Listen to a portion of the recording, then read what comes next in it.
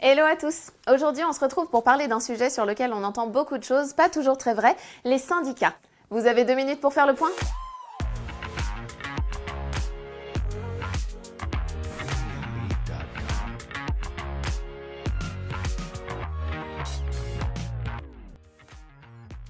Moi, c'est Kate. Je vous retrouve chaque semaine pour parler travail, société, droits des salariés ou tout ça à la fois. Bon, c'est vrai, quand on parle de syndicats, on a souvent l'image d'un vieux truc qui bloque les rues et qui sert à rien.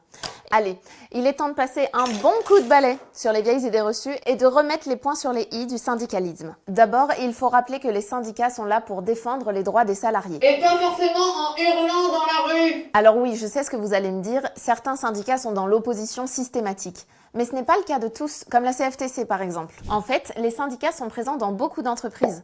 Ils font partie des instances représentatives du personnel, qui concernent toutes les entreprises de plus de 10 salariés. Leur mission, parce qu'ils l'ont accepté, veiller à des choses pas vraiment inutiles, comme le respect du code du travail ou la santé des employés. Ils peuvent aussi vous aider à négocier des augmentations et mettre en place des activités sociales et culturelles. Bref, plein d'actions utiles pour votre vie au sein de l'entreprise. Et c'est tout? Oui, voilà, c'est tout.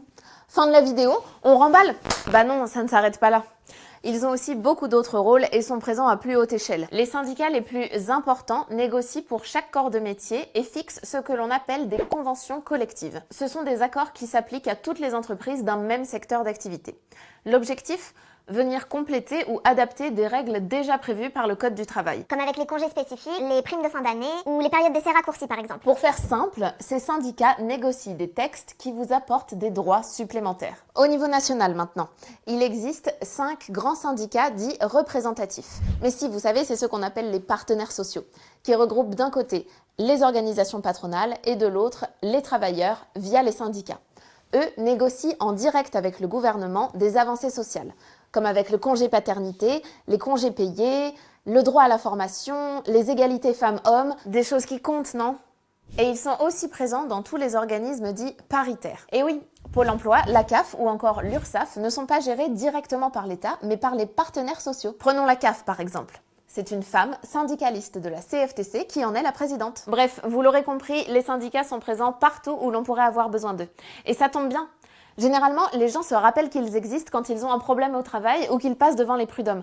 Et c'est bien dommage, parce que si les syndicats défendent les intérêts de chacun, leur mission ne s'arrête pas là. Ils s'engagent surtout pour le développement d'une société plus juste, plus responsable. C'est pour ça qu'il est important de leur apporter votre voix en votant. Pour aller plus loin, je vous laisse des liens vers des articles et des vidéos. Faites vivre le débat, commentez, partagez, parce que s'informer, c'est le meilleur moyen de se faire respecter. Je vous dis à bientôt dans une prochaine vidéo.